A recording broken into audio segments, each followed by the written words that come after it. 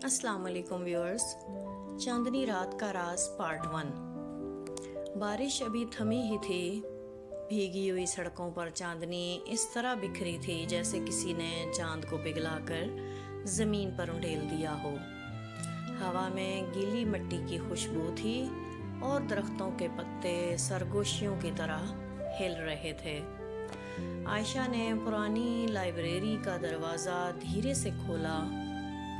वो सिर्फ एक नायाब किताब लेने आई थी, मगर इसे क्या मालूम था कि इस रात इसकी किस्मत का एक नया बाब खुलने वाला है।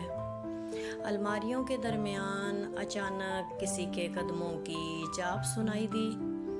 कौन है? उसने धीमी आवाज़ में पूछा। जवाब में सिर्फ खामोशी मिली। वो एक कदम आगे बढ़ी तो सामने एक नौजवान खड़ा था। लंबा कद, संजीदा आंखें और चेहरे पर ऐसा सुकून जैसे बरसों से किसी राज की हिफाजत कर रहा हो। आप डर गई हैं? उसने हल्की सी मुस्कुराहट के साथ कहा। नहीं, लेकिन आप यहाँ इस वक्त, मैं भी इस चीज़ की तलाश में हूँ जिसकी आपको तलाश है। आयशा हैरान रह गई। आपको कैसे मालूम कि मैं क्या ढूंढ रही हूँ? नौजवान ने जवाब देने के बजाय एक पुराना लिफाफा इसकी तरफ बढ़ा दिया। ये आपके लिए है। लिफाफे पर इसका नाम लिखा था, मगर तहरीर कई साल पुरानी मालूम होती थी। आयशा के हाथ कांप गए। ये किसने लिखा? अगर अभी बता दूं तो कहानी ख़त्म हो जाएगी। इसी लम्हे लाइब्रेरी की तमाम बत्तियां बुझ गई। अंधेरा, सिर्फ खिड़की से आती हुई चांदनी। आयशा को यूं महसूस हुआ जैसे किसी ने आहिस्ता से इसका नाम पुकारा हो। आयशा। इसने पलट कर देखा, मगर वहाँ कोई ना था। जब वो दोबारा नौजवान की तरफ मुतवज्जो हुई तो वो भी गायब हो चुका था। सिर्फ वही लिफाफा बाकी था। कांपते हाथों से इसने लिफाफा खोला।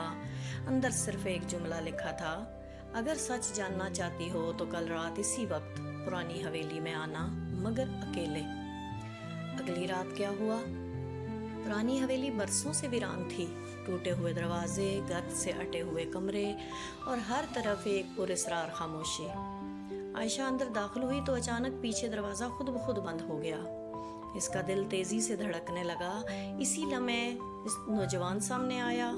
आप आए? आयशा ने बेख्तियार कहा। वो मुस्कुरा कर बोला, मुझे मालूम था तुम ज़रूर आओगी। आप हैं कौन? इसने जेब में से एक पुरानी तस्वीर निकाली।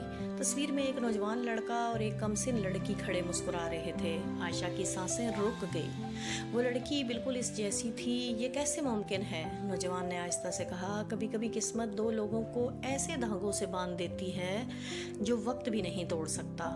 इसी लम्हे हवेली के ऊपरी हिस्से से किसी के कदमों की आवाज़ आने लगी। ठक ठक ठक। दोनों ने एक साथ ऊपर देखा। वहाँ कोई नजर ना आया, मगर आवाज़ मुसलसल करीब आ रही थी। आयशा ने बेख्तियार नौजवान का हाथ थाम लिया। ये कौन है? नौजवान की आंखों में पहली बार खौफ उभरा। वो जिसे इस राज का जिंदा रहना पसंद नहीं। कदमों की आवाज़ अब बिल्कुल करीब आ चुकी थी और फिर ऊपर वाले कमरे का दरवाज़ा आहिस्ता से चिरचिराता हुआ खुल गया, लेकिन अंदर कोई नजर ना आया। सिर्फ एक ठंडी हवा का झोंका दोनों के दरमियान से गुजरा और फर्श पर एक पुराना खत आ गिरा। उसमें सिर्फ इतना